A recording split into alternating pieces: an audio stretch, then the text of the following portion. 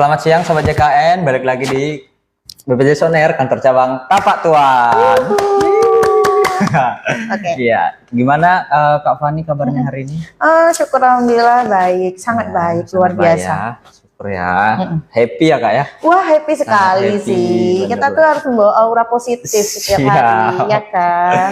Oke, nah kita teman-teman hari ini kembali lagi melaksanakan live on air yang pastinya akan membahas tentang program JKN. Nah, pada hari ini kita akan membawakan tema tentang program skema sharing iuran JKN nih Kak. Oke. Pastinya kita akan bahas bersama narasumber yang sangat hatam ya tentang materi ini gitu. Expert ya. Expert, iya. Benar sekali. Nah, Oke. sebelumnya mungkin teman-teman masih banyak yang belum kenal nih Kak. Mungkin ada yang baru nonton nih. Boleh Kak Fani perkenalan diri dulu Kak. Oke. Halo Sobat JKN semua, perkenalkan nama saya Fani, saya petugas frontliner dari kantor cabang Tapak Tuan. Salam kenal semuanya. Ya, salam kenal. Nah, jadi di kantor cabang Tapak Tuan sendiri, kalau teman-teman ke kantor cabang langsung ketemunya sama Kak Fani nih. Betul sekali. Ya, sebagai staff frontliner. Iya. Biasa kalau frontliner tuh ngapain aja sih Kak di kantor tuh? Kita melayani peserta dimulai dari administrasi, informasi, dan juga pengaduan. Semuanya akan kita tindak lanjut ya.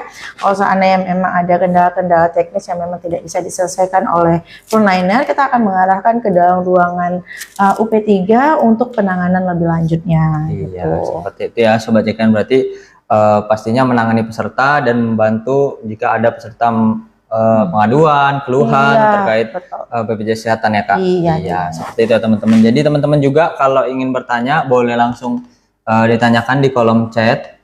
Kemudian juga boleh mengisi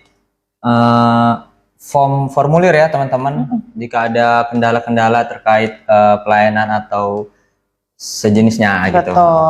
Oke Kak, kita balik ke topik nih Kak. Terkait program skema sharing iuran nih. Mungkin teman-teman masih belum tahu nih Kak, apa sih program skema sharing iuran itu? Boleh sedikit Kak Fani jelasin nih Kak? Ya. Ini ya, untuk program skema sharing iuran JKN ini merupakan suatu mekanisme pembiayaan iuran JKN yang dilakukan secara bersama-sama antara peserta dengan pihak lain yang terlibat sesuai dengan ketentuan program guna untuk menjaga keaktifan kepesertaan JKN. Seperti itu ya teman-teman, kurang lebihnya program skema sharing iuran ini merupakan mekanisme pembayaran iuran dilakukan secara bersama-sama ya Kak ya, antara peserta dan pihak lain agar pastinya tujuannya menjaga keaktifan kepesertaan JKN. Betul. Karena jika peserta tidak aktif tidak bisa mengakses layanan ya Kak. Iya, dan tidak dijamin oleh BPJS Kesehatan. Seperti itu. Oke Kak. Selanjutnya nih Kak, kenapa sih program skema sharing iuran ini diperlukan nih Kak di program JKN ini? Program skema sharing iuran ini sangat diperlukan karena masih terdapat peserta yang mengalami kendala ekonomi atau kesulitan dalam memenuhi kewajibannya dalam melakukan pembayaran iuran secara mandiri. Jadi melalui skema sharing ini diharapkan peserta tetap dapat mempertahankan status keaktifannya. Seperti moto kita ya, dengan gotong royong semua tertolong. Iya, benar sekali. Luar biasa sih. Apa sih Kak manfaat yang didapatkan oleh peserta sendiri nih Kak dari program skema sharing iuran tersebut? Untuk manfaatnya sendiri, penerima manfaat adalah peserta yang memenuhi persyaratan dan kriteria yang telah ditetapkan sesuai dengan ketentuan pelaksanaan program. Jadi manfaatnya itu ya banyak dengan melakukan pembayaran iuran secara sharing atau bersama-sama, maka status kepesertaannya akan dijamin terus aktifnya, sehingga kalau berobat itu ya tidak ada terkendala sama sekali. Itu yang terutama ya Kak ya. Jadi pada saat berobat tidak terkendala karena non aktif ya. Betul. Pesertanya terjaga tetap aktif. Iya, tapi setiap peserta itu juga wajib atau berkewajiban untuk terus mengecek status kepesertaannya. Nah di mana nih Kak kita bisa mengecek nih? Mungkin teman-teman masih ada yang belum tahu nih Kak cara mengecek status BPJS Kesehatan sendiri itu banyak sekali kanal yang mengakomodir untuk keperluan peserta. Seperti kalau misalnya mau ngecek status kepesertaan itu bisa melalui Pandawa, nomornya adalah di 0811 8165165.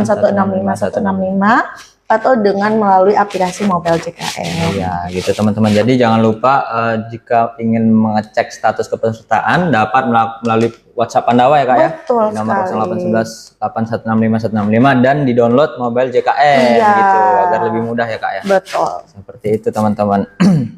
Oke, ada pertanyaan lagi nih Kak, terkait apa sih keuntungannya bagi penyelenggara atau pihak yang berpartisipasi dalam program skema sharing iuran tersebut? Nah, bagi penyelenggara ini sendiri, program ini dapat menjadi bentuk kontribusi nyata dalam mendukung keberlangsungan program JKN. Kemudian juga meningkatkan kepedulian antar sesama juga ya secara sosial, serta dapat memperkuat budaya gotong royong di masyarakat. Oke, jadi pastinya hal positif ya Kak ya. Iya, sangat positif didapatkan dari baik dari penyelenggara maupun bagi peserta ya, dari sekali. program skema sharing iuran ini gitu ya. Oke, mungkin kita langsung ke pertanyaan kolom chat aja Kak ya. Iya, sudah banyak Ya, belum karena ini? sudah beberapa yang bertanya nih Kak. Oke. Ya, yang pertama dari tanpa nama nih Kak. Oke. Tanpa nama tapi ada namanya gitu. Pertanyaannya, anak usia 4 tahun baru didaftarkan, apakah sudah dikenakan denda iuran?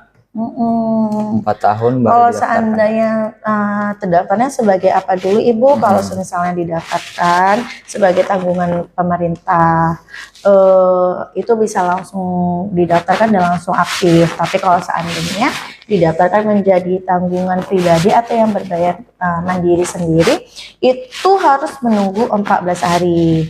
Kalau misalnya mau langsung dibayar dan aktif sebenarnya bisa, namun dia akan membaca tanggal dari peserta ini lahir. Jadi ibu harus melakukan pembayaran iuran semenjak bayi ini lahir. Seperti itu. Ya, jadi ketika sebelumnya memang belum didaftarkan harus membayar dari awal lahir ya Kak? Iya, Ya, betul. Kalau misalnya ini memang langsung mau aktif. berobat di hari itu juga mau langsung Ya. aktif. Kalau tidak emergensi, dia akan menunggu 14 hari. Jadi ketika dia dirawat nanti apakah ada kena denda nih Kak? Denda tidak akan terbentuk kalau misalnya didaftarkan, jadi tidak ada masalah sebenarnya. Denda itu terbentuk apabila peserta ini mengalami tunggakan iuran, itu seperti itu akan ya. dikenakan denda layanan. Dan itu hanya berlaku 45 hari ya Kak? Iya, dalam rentang 45 hari setelah peserta itu melunasi semua tunggakannya. Ya baik, seperti itu ya untuk ibu tanpa nama. Hananan. Hananan, oh iya Hananan ya. Oke, kita lanjut lagi nih Kak. Pertanyaan dari Zara. Saya bikin BPJS gratis sudah 1 tahun belum selesai, gimana ya? Ibu sudah cek belum apakah memang belum selesai atau gimana? Seharusnya ibu mungkin sudah terdaftar, namun statusnya tidak aktif. Kalau mau diaktifkan lagi bisa melalui Pandawa. Ibu cek dulu aja melalui Pandawa. Pandawa itu dia ada 3 kategori: informasi, administrasi, dan pengaduan. Jadi kalau misalnya ibu mau ngecek dulu apakah ibu sudah terdaftar atau belum, silakan pilih menu informasi dan cek status kepesertaan. Gitu. Kalau seandainya memang dicek tidak aktif, baru ibu ke kanal Pandawa dengan kategori administrasi untuk mengaktifkan kembali. Seperti itu ya. Jadi cukup awal jelas. mula harus dicek tetap ya Kak. Iya. Langkah pertama itu cek status kepesertaannya aktif atau tidak. Jika aktif terdaftar sebagai segmen apa gitu ya Kak. Iya. Gitu ya untuk Kak Zara. Jadi segera dicek di Pandawa sekarang juga gitu. Betul. Ya, agar dapat segera diaktifkan nih. Oke, kita lanjut lagi nih Kak dari Robi Zizan Baelah. Oke. Kak, kayak mana caranya dari BPJS Mandiri ke JKA sedangkan saya masih berobat jalan? Kalau seandainya dengan dari ketentuan Pemda Aceh sendiri, JKA itu adalah jaminan kesehatan Aceh. Dari pemerintah daerah sendiri menetapkan bahwasanya apabila dari Mandiri mau beralih menjadi tanggungan pemerintah Aceh, itu harus menunggak dulu lebih 6 bulan dan sedang mengakses layanan kesehatan. Jadi kalau misalnya dalam status aktif Mandiri itu tidak bisa dilakukan perubahan ke JKA. Seperti itu ya. Jadi untuk Pak Robi tetap harus dalam segmen Mandiri dan membayar iuran secara rutin agar tetap aktif ya. Betul. Nah, seperti itu ya Bang Robi. Kita lanjut lagi dari Ipur. BPJS yang bayar bisa pindahkan ke yang gratis. Nah, kurang lebih sama nih ya.